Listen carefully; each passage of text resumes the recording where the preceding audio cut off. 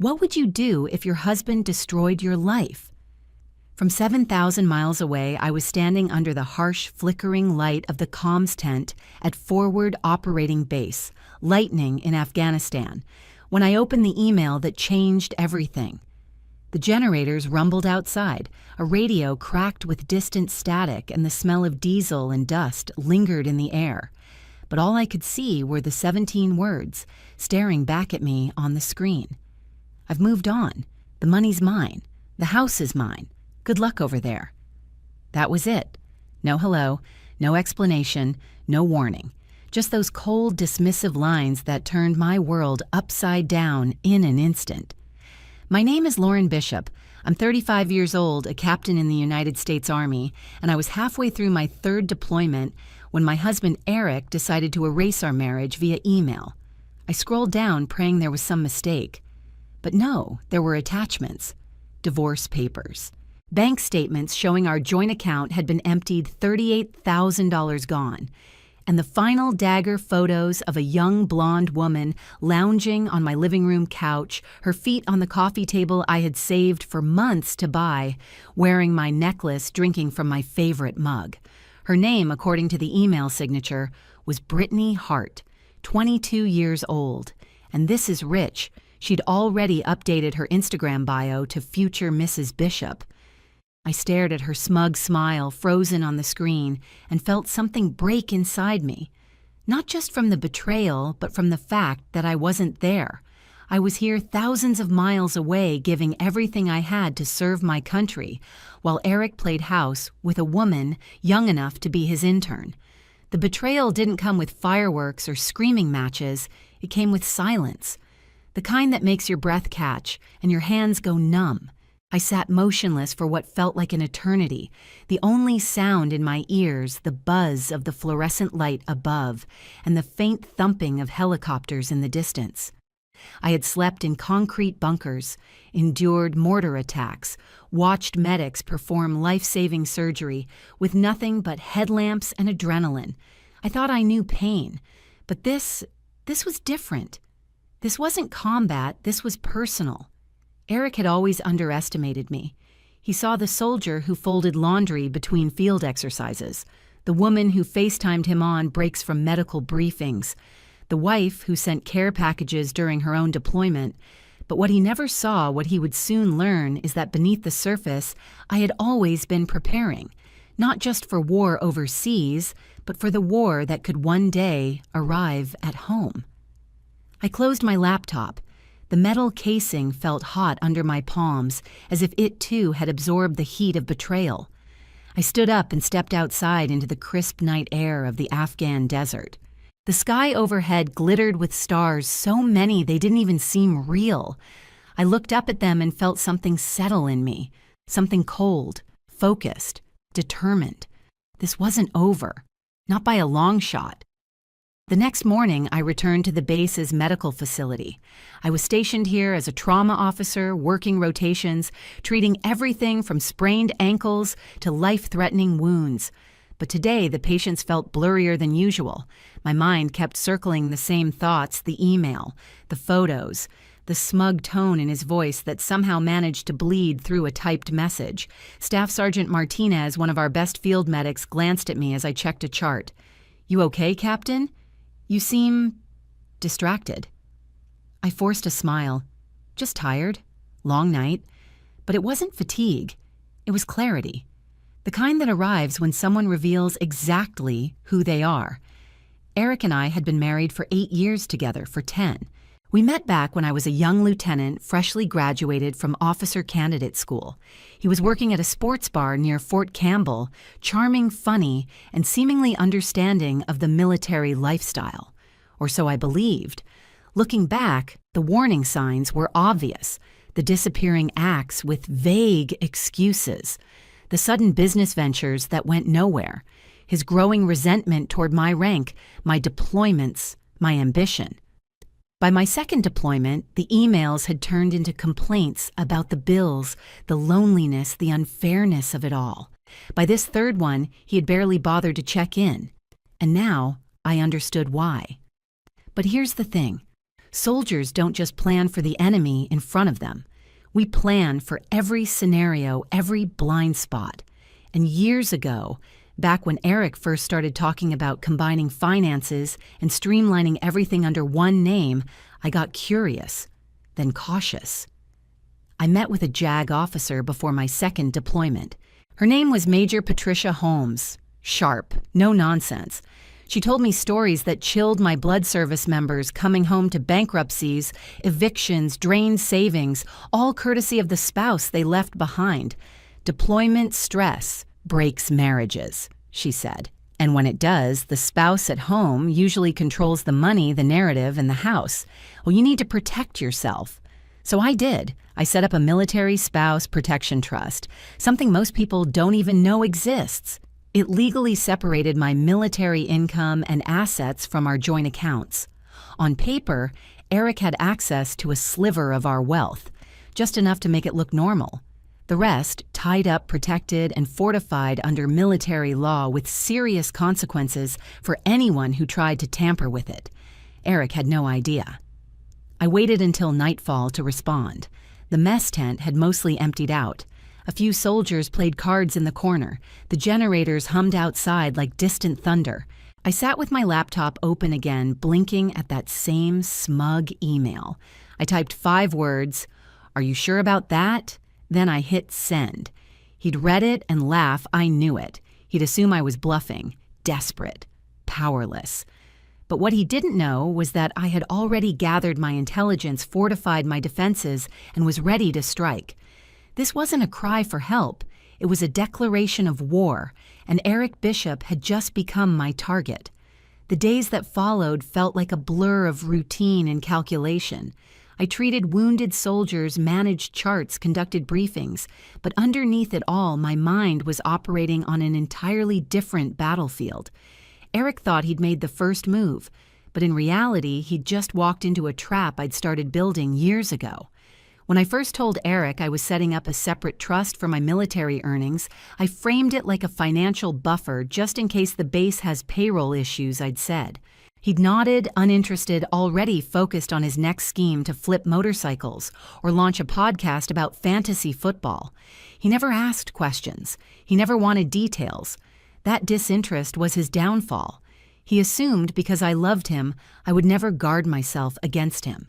He mistook compassion for weakness, and he'd always laughed off my tendency to over-prepare, like when I packed a go bag for emergencies or insisted on keeping hard copies of every financial document. "You act like the apocalypse is coming," he used to joke. Turns out it did, and his name was Eric. Back at the base, I composed a new email, this one not to Eric, but to Major Patricia Holmes. I forwarded every document, his message, the bank withdrawals, the photos of Brittany. I added a quick note, time to activate the protections.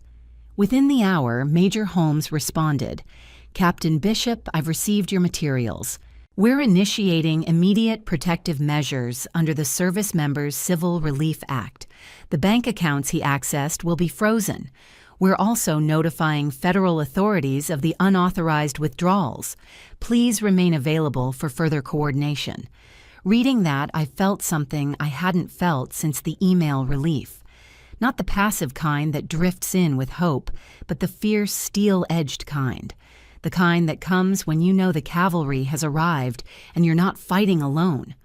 What Eric didn't understand was that financial abuse of a deployed service member isn't just morally reprehensible, it's a federal crime. And under military protection statutes, the consequences are swift and severe. My civilian attorney back home, Rebecca Chen, responded just as fast. "Lauren, we've obtained an emergency court order freezing all accounts accessed by your husband. Bank records show the withdrawals began 3 weeks ago. We've also confirmed the house deed is in your name only as the trust stipulates. He had no legal right to claim it. We've secured the property." That last part made me pause. Eric wasn't just locked out of the money, he was out of the house. Rebecca's next line was even better. "Per your neighbor's report, Eric and Brittany were removed by sheriff's deputies yesterday morning. They did not take it well." I nearly laughed. I could picture it. Eric bleary-eyed in the kitchen opening the front door expecting DoorDash only to find deputies and a court order. Brittany probably screamed. Or maybe she tried to argue. But the truth is, the law was on my side. And so was the evidence. The emails kept coming. Court confirmations, property security updates, FBI interest. That's right, the FBI. Major Holmes sent one final note that day that made everything click into place. The FBI's Financial Crimes Division has accepted the case due to the federal protections involved. Agent Martinez will be leading the investigation. Your husband is facing charges including wire fraud theft from a government employee and violations of the Service Members Civil Relief Act. We believe we have one of the strongest cases of military spouse financial abuse in recent years. I stared at the message for a long time. 8 years of marriage, 10 years of trust. And now the man I had once called my partner was facing serious federal charges, all because he thought he could outmaneuver a deployed officer. I walked out into the desert air again, letting the silence of the night wrap around me.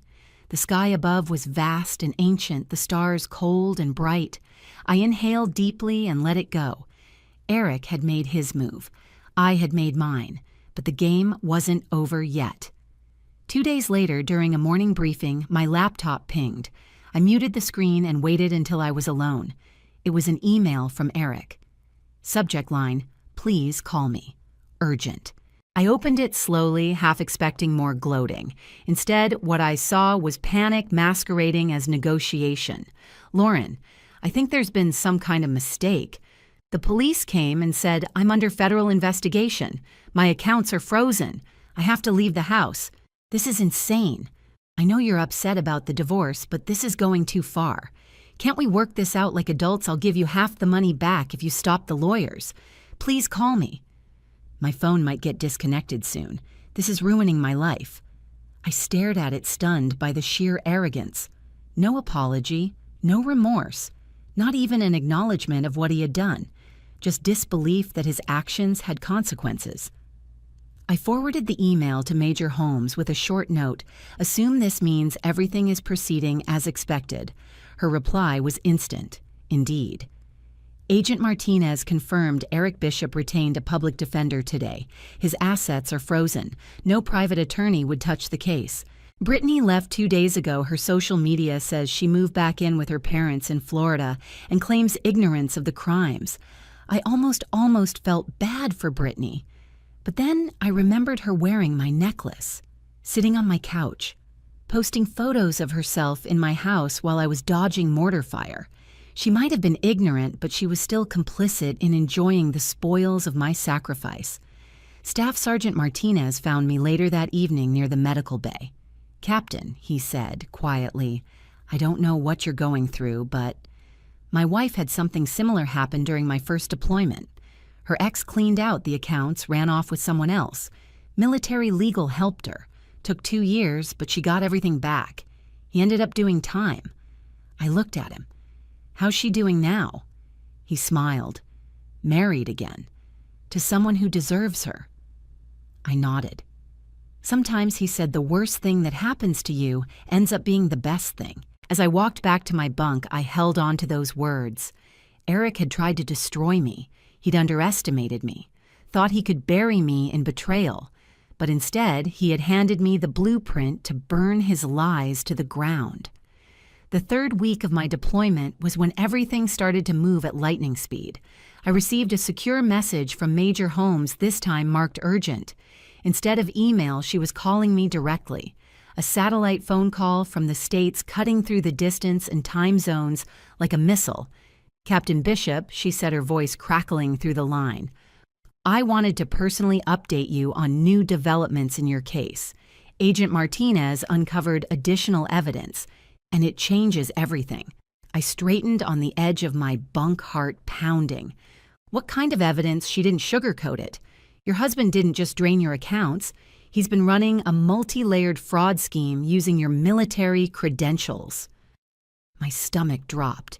He forged your signature on applications for credit cards, opened a second mortgage on the house, and secured a $40,000 personal loan using your service record as leverage. So far, the total fraud exceeds $100,000. I sat frozen, the weight of that number pressing down on me like enemy fire. $100,000 stolen in my name, while I was eating MREs and patching up wounded soldiers. Major Holmes continued.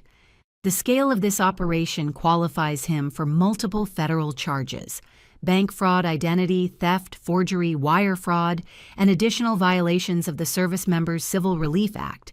If convicted, he's looking at 15 to 20 years in federal prison. The line went quiet for a moment, letting it all settle in. My mind raced through every document I'd ever signed, every email I'd ignored from banks or lenders, every time Eric had told me, "Don't worry, I'll handle it." He hadn't just betrayed our marriage. He'd tried to erase me financially, dismantle my identity, but instead of succeeding, he'd triggered the very protections I had put in place to prevent this exact scenario. When the call ended, I sat in silence for a long time. Then slowly, a strange satisfaction crept in. Eric had used my name, my status, my sacrifice, and now it was all coming back to destroy him. The next email from Rebecca Chen, my civilian attorney, was short but explosive.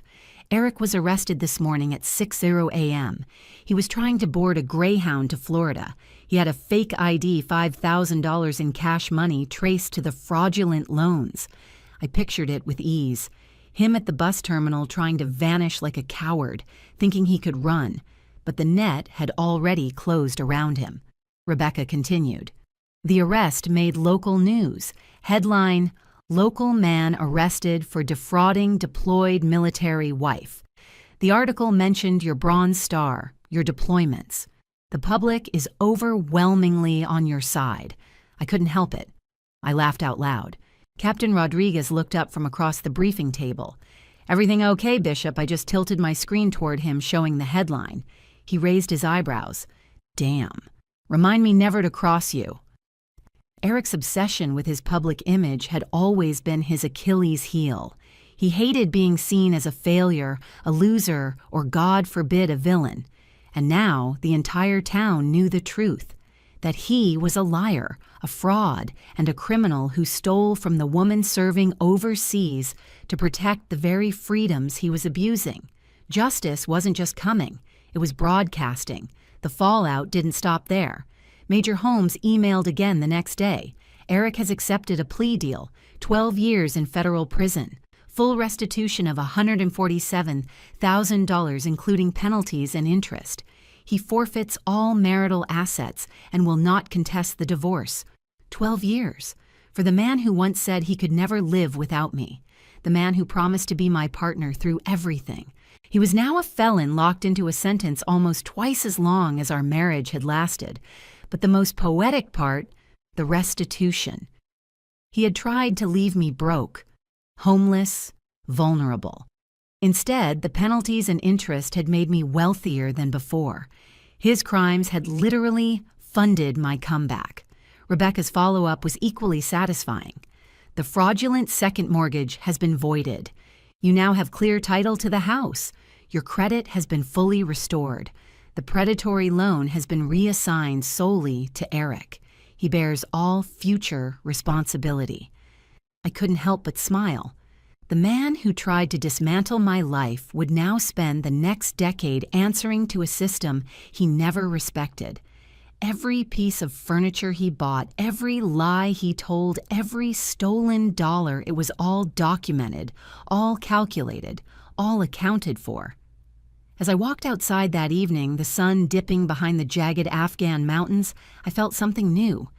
Peace. Not because I'd won, not because I'd gotten the house or the money or the law on my side, but because I had never lost myself. Through the betrayal, the violation, the fear, through the war back home and the war in front of me, I had remained who I was: a soldier, a planner, a survivor, and most of all, a woman no one should ever underestimate. 3 months later, I stepped off the plane at Nashville International Airport. I had completed my third deployment, but this return was different. There was no one waiting at baggage claim with a welcome home sign, no husband, no familiar arms wrapping around me in relief, just humid Tennessee air wrapping around my face, thick and sticky, and oddly comforting after months of dry desert winds. But that didn't mean I was alone. My sister Jenna spotted me before I even cleared the terminal. She burst through the security barrier with the same fiery energy she'd had since childhood. We hadn't spoken much while I was deployed, just the occasional email, a few quick updates. I hadn't told her the full story.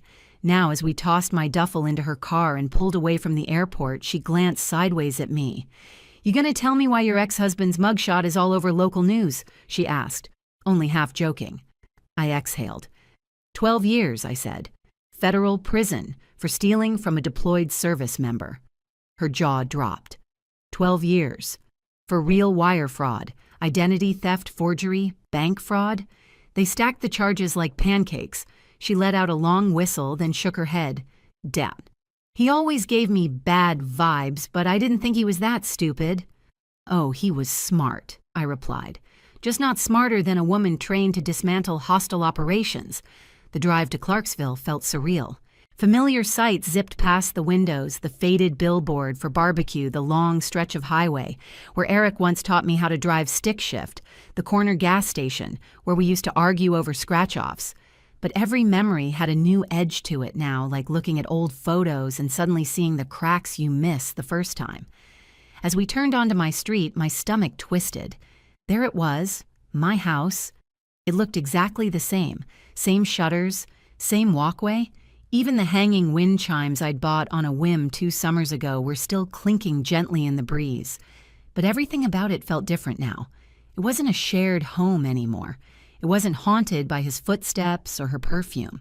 It was mine, legally, emotionally, unquestionably mine. Jenna parked in the driveway and stared with a half smile. "Well, you gonna cry, or do you want me to grab your bags first?" Before I could answer, our elderly neighbor, Mrs. Patterson, came bustling over from across the street, practically vibrating with excitement.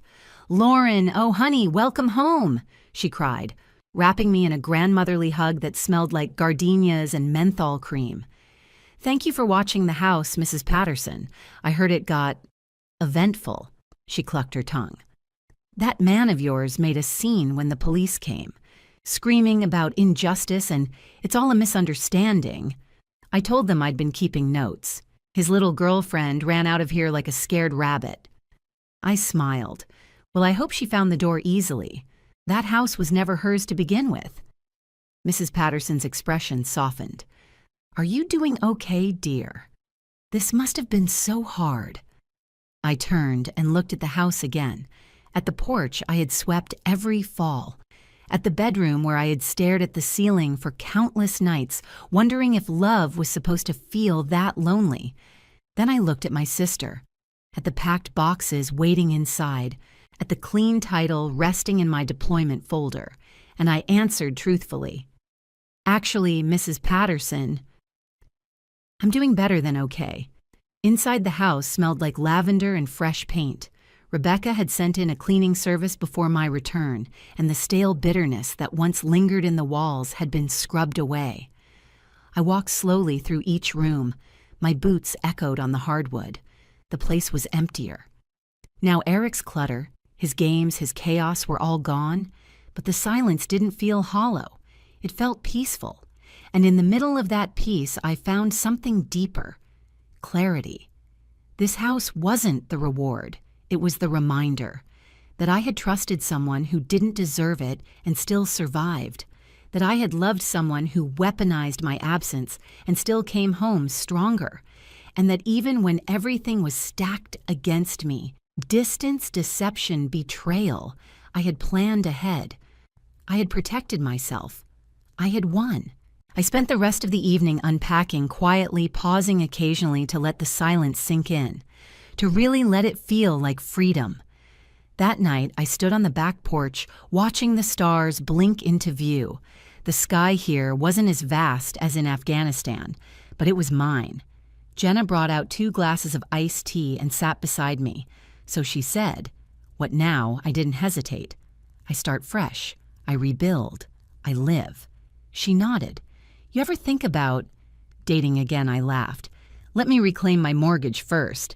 She chuckled, then leaned in with a grin. Just promise me you'll make them pass a background check next time. I raised my glass. At minimum, but as I sat there sipping sweet tea under the stars, I wasn't thinking about Eric. Not really. I was thinking about every woman who had been blindsided by betrayal and forced to claw her way back, and how I wanted them to know you can prepare, you can protect, and you can win. In the weeks following my return, the dust settled, but the echoes didn't. Eric's downfall had become local legend in Clarksville. The story spread like wildfire, especially after the Tennessean Gazette ran a full feature with the headline, "Bronze Star Veteran Outsmarts Cheating Husband While Deployed." It wasn't just a story of justice, it was a symbol, something people could rally behind, something people whispered about at coffee shops and shared on Facebook like modern folklore. I'd walk into the grocery store and feel eyes on me, not with pity, but with something closer to awe. Women smiled softly, men nodded respectfully, and every so often a stranger would stop and say something like, "You showed all of us how to fight with dignity." I hadn't planned for that. I didn't take action for applause, but I won't lie, it felt good. Not because I wanted to be famous, but because the truth was finally louder than the lies. Eric's version of our marriage had always been slippery. He painted himself as the struggling husband of an overcommitted soldier, left behind while I chased medals. I'd heard him say it at barbecues in offhand jokes, even to my own friends. He played the victim so convincingly that sometimes I even questioned myself. But now his truth was on trial and mine had won. And not just in court. Whispers circulated about how long he'd been scheming. One of Eric's old friends from his gym messaged me anonymously on Instagram. Not surprised. He used to brag that you'd never find out, said you were too mission-focused to notice if he emptied your wallet. That message hit differently, because it proved something I had long suspected, that this wasn't a mistake. It wasn't a moment of weakness or some tragic accident of loneliness. It was a long game, a con, a calculated betrayal. And I had beat him at his own game. But the rumors didn't stop at Eric. Some folks started questioning Brittany's role in all this. She'd claimed she knew nothing, but a few of her social media posts told a murkier story. Designer bags, champagne nights, captions like, "When your man provides the life you deserve." A friend of hers commented, "Thought you said he was a contractor for the army, not that he was married to one." The post was deleted quickly, but screenshots floated around. People talked.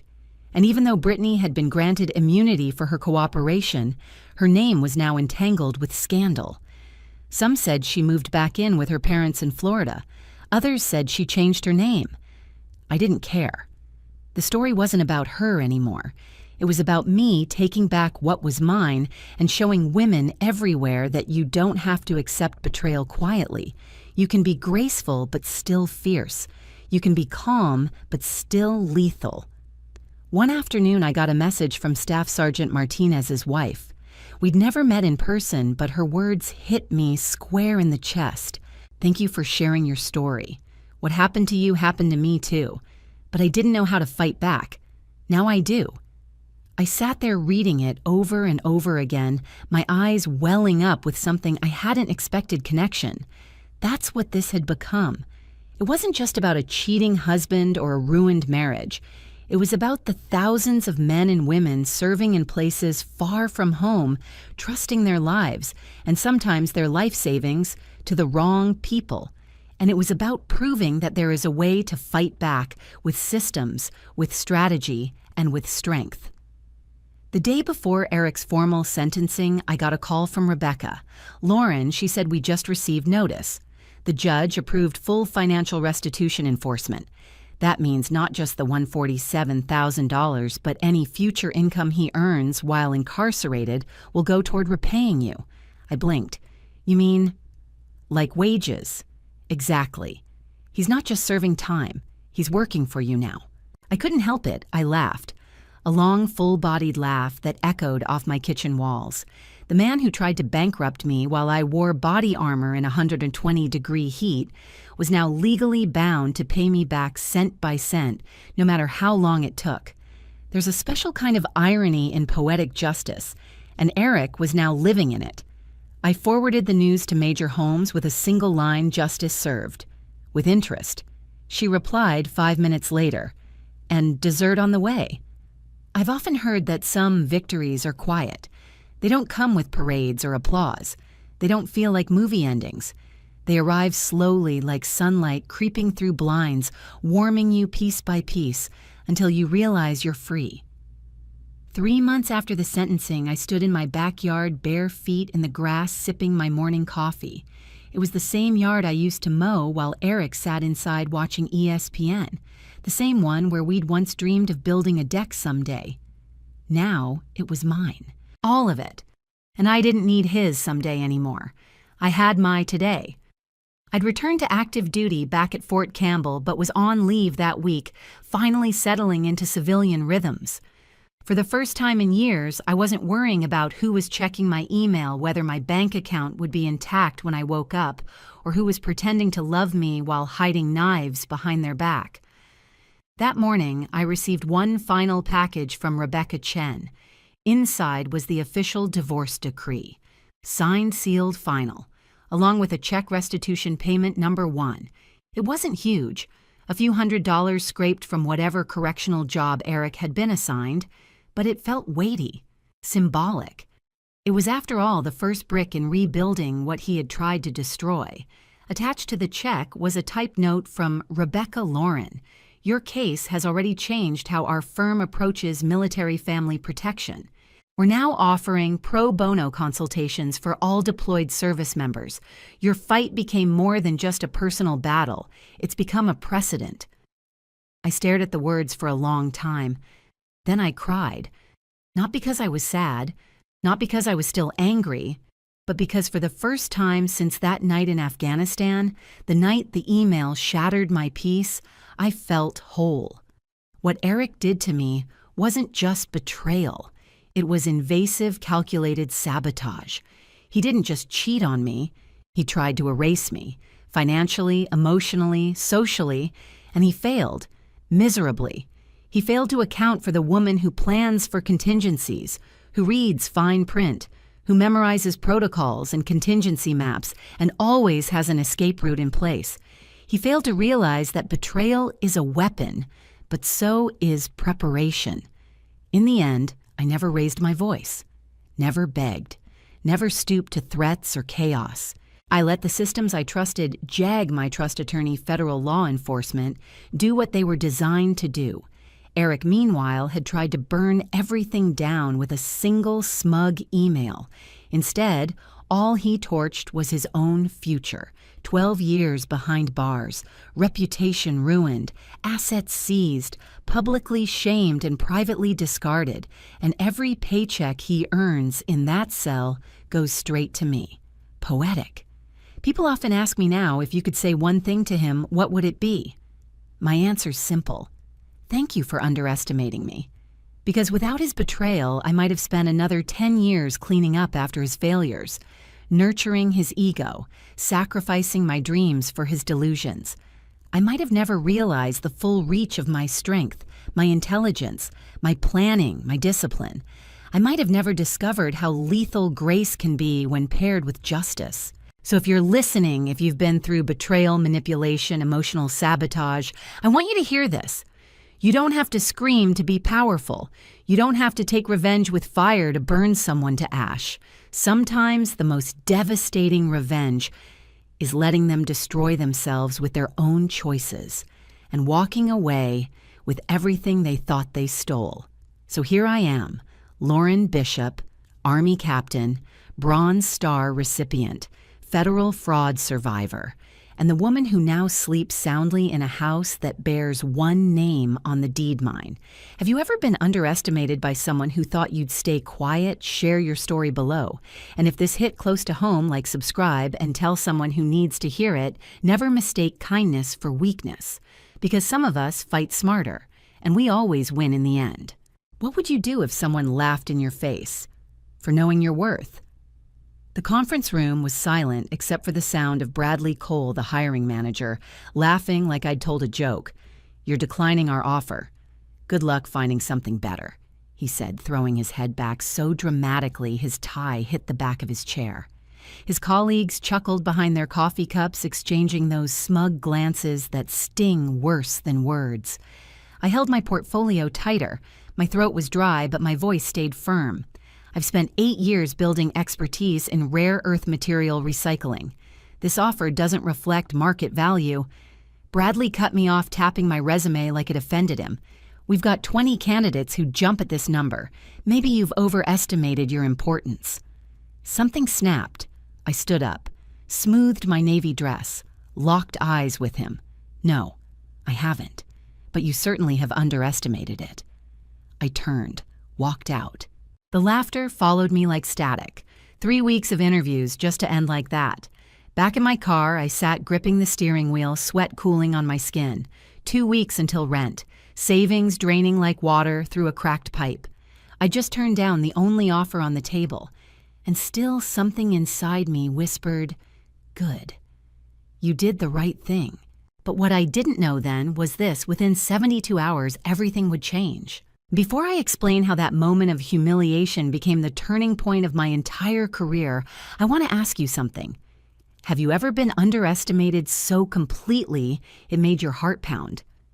Have you ever sat across from someone who saw your resume and still didn't see you? That fire you felt, don't let it go out. Hold on to it. Because this isn't just a story about me walking out of a job offer. It's a story about refusing to stay silent, about knowing your worth in a world that profits from your silence. My name is Dr. Camila Rivera, and 6 months ago, I was the invisible mind behind one of the biggest breakthroughs in rare earth material recycling technology, a method that cut extraction costs by 42% while increasing purity yields by over 40%. It made the cover of 3 industry magazines. It changed how the sector viewed post-consumer waste. It was my process. And yet when it was presented to the world at the annual Earth Resources Conference, it was my boss Meredith Shaw standing on stage, taking all the credit. I sat in the 4th row, hands folded in my lap, watching her say phrases I'd coined, displaying data from experiments I'd conducted alone on weekends in a damp lab with malfunctioning filtration equipment. Her name in bold on the projection screen. My name not even in the footnotes. That night in my hotel room, I made myself a promise: never again. Never again would I let someone else benefit from my brilliance while I played silent support. Never again would I be the quiet Latina woman who worked hard while others took the spotlight. Never again would I confuse humility with invisibility. I was raised in Ann Arbor, Michigan, the daughter of 2 Puerto Rican public school teachers. My parents taught me that excellence speaks for itself. That hard work is its own reward. Let your work be your voice, my father always said. But in this world, sometimes silence is exactly what they're counting on. Weeks later, I got the email from Greenword Technologies, a green disruptor in the sustainable manufacturing space. They were hiring for a director of materials innovation, the kind of role that only gets posted once every few years. Their recruitment process, intense. 3 technical interviews, 1 45-minute presentation on molecular separation theory, meetings with 5 department heads, hours of behavioral assessments. But I aced every step.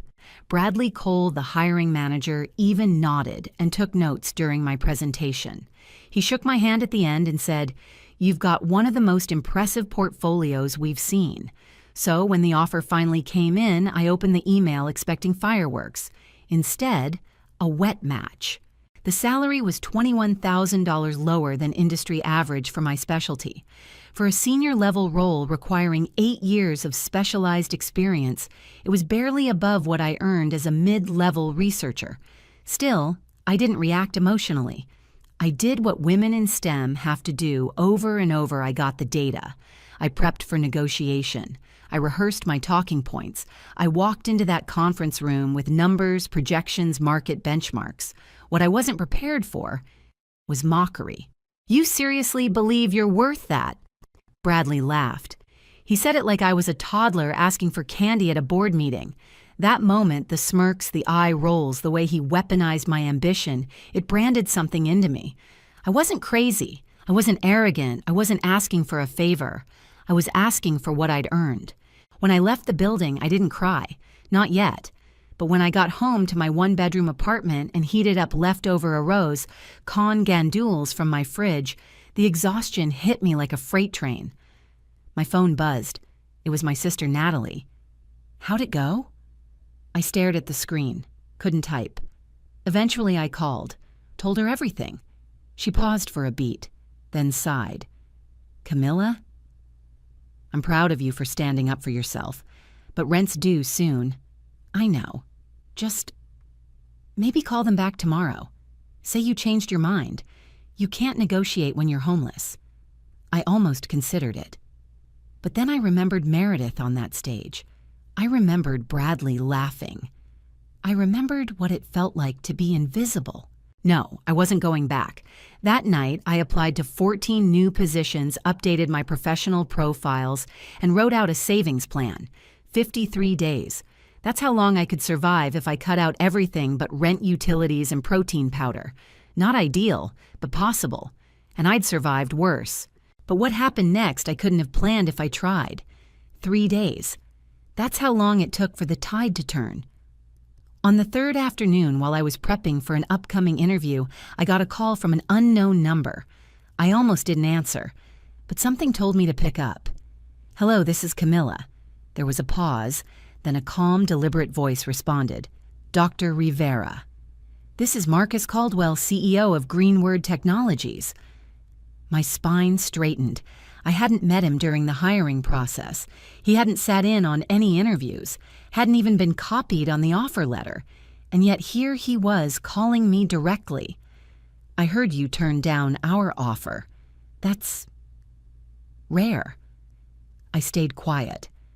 After you left, our engineers revisited your presentation, especially the lithium extraction method. Our projections were off. It's more valuable than we realized. Far more. He let the words hang. Miss Rivera, are you still there? I'm here, I said. Calm, controlled. We'd like to discuss bringing you on board under terms that reflect your value. What would it take? I'd thought about that question 1,000 times. Not just for Greenword, for every company that ever treated me like I was lucky to be in the room. So I answered 3 things. 1, market rate compensation, plus 15%. 2, authority to lead the materials division with full research autonomy. 3, implementation of a transparent salary system across all departments, eliminating gender and racial disparities. There was silence on the line, then a quiet exhale. The first 2 are doable. The third, that's unconventional. So is laughing at a woman who knows her worth, I replied. Yet here we are. You're asking for salary transparency across an entire company. Yes, with special attention to the historical underpayment of women and minorities in STEM. Another pause. Longer this time. I'll speak with the board, Marcus said. Can I call you back tomorrow? Of course, I said, and I meant it, because for the first time in a long time, I wasn't chasing them. They were chasing me. 10 minutes later, my inbox pinged. An email from Bradley Cole. Ms. Rivera, I understand you spoke with Mr. Caldwell. I'd like to reopen our discussion. The production team is eager to move forward with your process. We cannot meet deadlines without your expertise. If you have terms you'd like to propose, I'd be happy to discuss. No apology, just panic disguised as professionalism. I didn't reply. The next day, Marcus called again. The board has agreed with one condition. We'll implement salary transparency gradually over 6 months to review current contracts. Would that be acceptable? I paused. That was more than I expected. Far more than most companies would ever offer. Yes, I said, but I'd like to be directly involved in the review process. Agreed. We'll begin drafting the contract today. By the time we hung up, I had a signing bonus large enough to cover 6 months of rent, my new role Director of Materials Innovation with a private lab and full authority. 2 weeks later, I walked into Greenword, not as a candidate, as a leader. My office overlooked the city skyline. The company badge clipped to my blazer felt different this time, earned not requested. On my first day, I asked HR for the compensation data for my division. They hesitated. I reminded them of the agreement. By noon, a spreadsheet hit my inbox, and what I saw confirmed every suspicion I'd carried for years. Women in my department made 22% less than their male peers. Employees with Hispanic or Asian surnames earned 18% less on average. The longer someone had been loyal, the less they made. Experience, performance, loyalty, none of it mattered as much as who knew how to play the negotiation game. That evening, I sat alone in my new lab staring at the data. Then I started to plan. Friday afternoon, I called a department meeting. 57 employees filed into the conference room, Bradley included, still smug, still stiff in his seat. Except now he reported to me. I stood at the front of the room. Thank you for the warm welcome this week. Before we dive into project timelines, I want to talk about something bigger. I clicked to the first slide.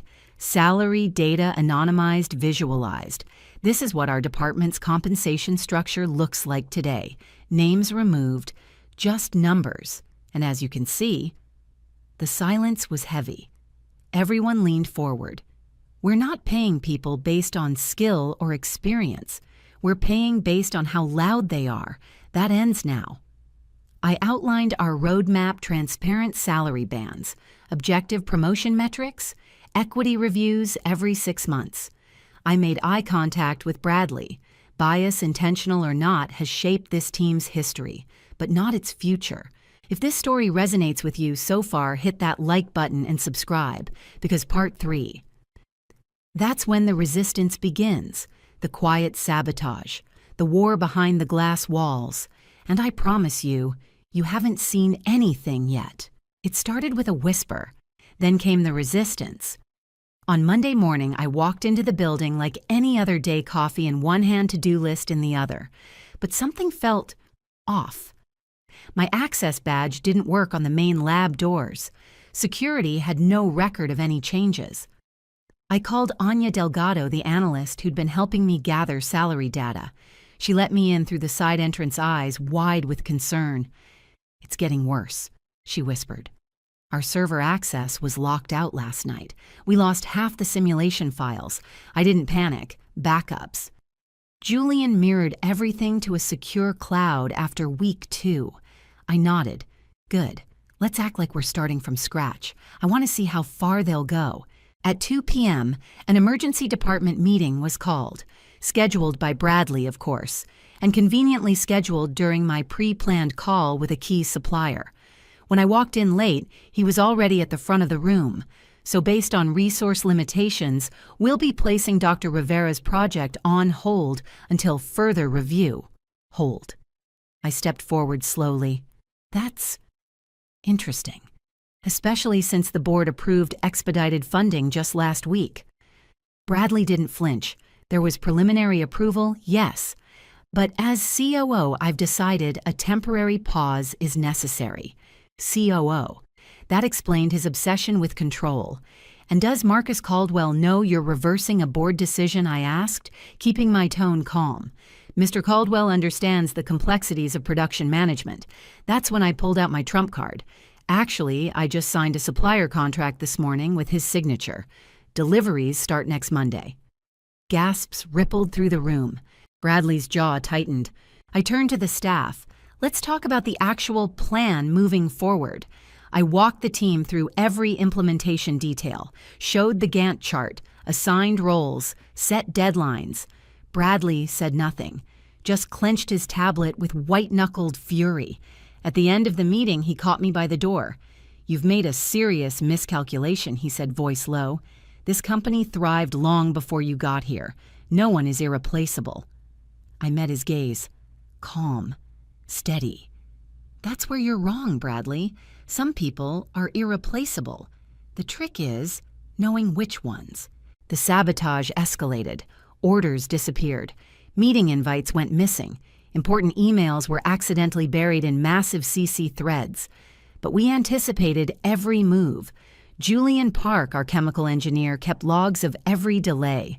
Lena Joe, our lab tech, rerouted missing materials using her own contacts. Anya, She tracked everything time-stamped, documented bulletproof. We converted a dusty supply closet into a secondary test space, worked late, came in early, launched simulations while the office slept, and then 6 weeks in we had our first official prototype test. The results shocking. 37% increase in rare earth recovery, 44% reduction in chemical waste, ROI projections in the millions. We presented the data to the executive team. Marcus Caldwell was beaming. Board members scribbled notes like it was gold. Only Bradley stayed silent, flipping through our presentation with visible disdain.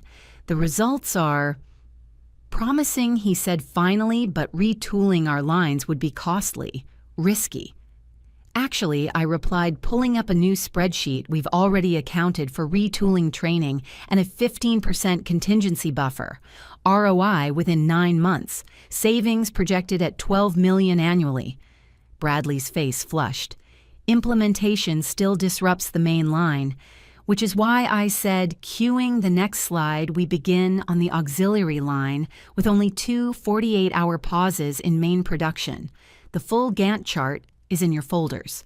The board approved it unanimously. Marcus clapped me on the back after the meeting. This is why we hired you. I smiled, but inside I was burning. Because behind every line of code, every calculation, every sleepless night was a war of attrition I hadn't signed up for. And Bradley wasn't done fighting. The very next morning, my key card didn't work again. When I arrived, the lab was locked. Access revoked, no explanation. Lena had to sneak me in again. They've shut us out of the server too, she whispered. But don't worry, Anya's got everything backed up again. I didn't say a word, just opened my laptop and started documenting. Every block, every delay, every backdoor sabotage. I wanted it all in writing, because if Bradley thought I wouldn't fight him with his own tactics, he had no idea who he was up against. The company's quarterly town hall meeting had always been routine. Until now, it was the one time every department head addressed the entire company, hundreds of employees gathered in the main auditorium, eyes forward, expectations low. But this time, the tension was electric. I was scheduled last. Bradley Cole, of course, was slotted right before me. He took the stage smug and smooth. Operations has seen tremendous success this quarter, he began. We've implemented several key efficiencies across production lines. I listened carefully, and as expected, he took credit for 3 innovations that came directly from my team, not even subtle. He described Henri's bottleneck fix like it was his idea, glossed over the extraction method results like they were a group effort from operations. Didn't mention a single member of materials innovation by name. When it was my turn, I walked to the podium slowly, calm, collected, deadly. Before I share our division's progress, I'd like to correct a few misunderstandings from the previous presentation. The room shifted. I clicked to my first slide. Side-by-side photos of the production line modification Bradley had just claimed. This redesign was proposed and executed by Dr. Julian Park, who's sitting right there. The extraction optimization that was developed by Lena Joe and her sub-team, and the waste processing overhaul credit goes to Anya Delgado. One by one, I returned the spotlight to its rightful owners, and when I reached the financial slide, $14.2 million in projected savings. The audience sat in stunned silence, then applause. But I wasn't done. There's one more initiative I'd like to share today. I clicked to a graph labeled Compensation Equity Review, Phase 1 Results. Over the last 6 weeks, we've analyzed pay discrepancies across departments. I explained the methodology, market benchmarks, internal comparisons, historical bias adjustments, and starting this cycle, 87 employees will receive compensation adjustments, retroactive to the beginning of Q2. The audience erupted. People turned to each other in disbelief. Some stood up in applause. I scanned the room, faces lit with something I hadn't seen before hope. From the corner of my eye, I saw Bradley slip out through a side door. The next morning, Marcus called me to his office. Inside sat Bradley, arms crossed, expression tight, and the HR director. Dr. Rivera Marcus began tone formal. Bradley has raised concerns about your leadership style. I didn't flinch. Bradley jumped in. She's undermining the chain of command. She's created a parallel power structure. Employees bypass department protocols and report directly to her. I see, I said, pulling out my tablet. Before we proceed, I'd like to share a few items. I connected to the display. Slide 1, timeline of obstruction. Revoked access logs. Deleted meeting invites. Mysteriously delayed equipment. Slide 2, video clips. Bradley taking credit for projects he never touched. Slide 3, internal emails. Messages where he explicitly told staff to stall board-approved implementations. The room went silent. Each incident may seem isolated, I said, but the pattern is unmistakable. Bradley flushed. This is ridiculous. Those are taken out of context, and yet I said they exist, and several recipients forwarded them unsolicited. Marcus leaned back in his chair, slowly, processing. Bradley, is this accurate? She manipulated the staff. She went over my head, demanded outrageous terms which have since saved us. 14 million Marcus cut in, while cutting turnover in half. Bradley surged forward. This company worked just fine before she got here. I stared him down, and it nearly lost its edge because of that comfort. That afternoon, a company-wide email went out. Leadership update effective. Immediately, Bradley Cole will transition to an advisory role. The operations division will report directly to the CEO until a replacement is identified. The next morning, Marcus called me in again. I have a proposal for you. He slid a single sheet across the desk. Executive Vice President of Innovation and Operations. Double the division. Full control. The salary figure made me blink. You've rebuilt a broken culture, Camilla, he said, and I want you to lead what comes next. 6 months after that humiliating interview, I stood in the very same conference room where Bradley once laughed in my face, this time at the head of the table. But now the chairs were different. The lighting was brighter, and the air no longer held the weight of silence. Our salary bands were published and public.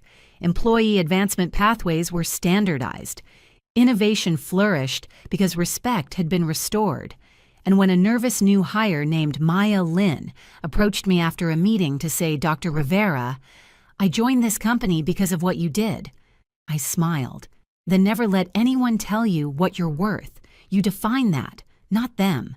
The notification came through on a quiet Thursday morning. I was sipping my second coffee reviewing onboarding reports for 3 new hires when my phone buzzed.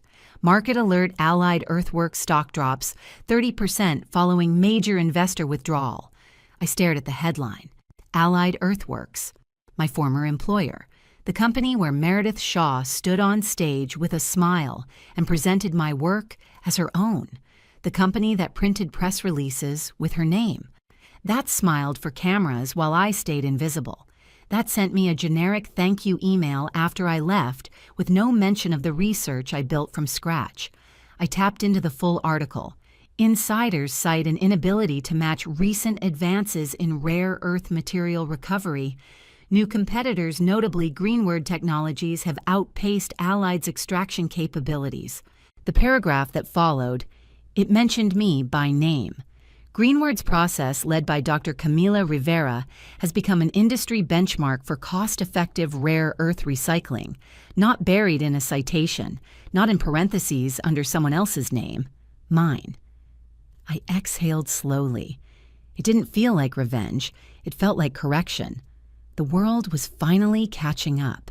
3 days later, a message arrived in my inbox. Subject: long time no see from Meredith Shaw, Camilla.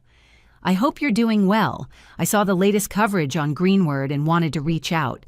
I think we got off on the wrong foot. There may be an opportunity for collaboration. Let me know if you're open to a conversation. I'd love to catch up. Meredith. I stared at the screen. My hands didn't move. No reply. I just hit archive. That weekend, I took a walk through downtown with my sister Natalie. We passed a storefront with a magazine cover in the window, Green Tech Weekly, how Dr. Rivera quietly revolutionized the industry. Natalie pointed and grinned. Think Dad would have believed it? Our father who once told me that science is a hard path for a girl like you. I smiled. He always said, let your work be your voice. Well, she said, looping her arm through mine, it's about damn time the world started listening. Back at the office Monday, I called a meeting with my leadership team. Anya, Julian, Lena, 3 of the most brilliant people I've ever worked with. This next phase isn't just about efficiency, I told them. It's about legacy, building systems that outlast us, that empower the next wave. They nodded, because they understood. This wasn't just about me getting justice. It was about making sure no one after me had to go through what I did. 2 months later, we launched the Rivera Fellowship, a paid research program for underrepresented students in sustainable engineering. Applications flooded in, one from a 19-year-old girl in Puerto Rico. She wrote, "No one at my school takes chemistry seriously, but I saw your story. Now I know it's possible. I read her essay 3 times, then called HR. Let's make sure she gets in." Sometimes the best revenge isn't revenge at all. It's refusing to disappear. It's building something so powerful, so undeniable, that the very people who erased you have no choice but to acknowledge you. And if you're still watching, let me ask, has anyone ever taken credit for your work? Ever made you question your worth just because you refused to be silent? Tell me in the comments. Because if this story resonated with you, it's not just entertainment. It's your permission slip to speak up, to walk away, to demand more, to rebuild from ashes, to lead. Looking back that day in the conference room when Bradley laughed feels like a lifetime ago. I was vulnerable, uncertain, on the edge of losing everything, but I held on to my values, to my vision, to the truth of who I am, and that made all the difference. Family, friends, colleagues. Many thought I was taking a reckless gamble. Why risk it all for pride, they asked. Why burn bridges? Why not just take the job and prove yourself later? But sometimes the hardest fight isn't the external battle. It's the one inside your own heart, the voice that says, do I deserve this? Am I enough? I'm telling you today, you are enough. You don't have to accept being silenced. You don't have to shrink to fit their expectations. Knowing your worth isn't arrogance. It's self-respect. It's the first step to rewriting your story. So, if you've ever been overlooked, undervalued, or dismissed, this is for you. Stand tall. Speak clearly. Build relentlessly. Because your breakthrough is waiting. And here's my question to you. Have you ever stood your ground and demanded your worth?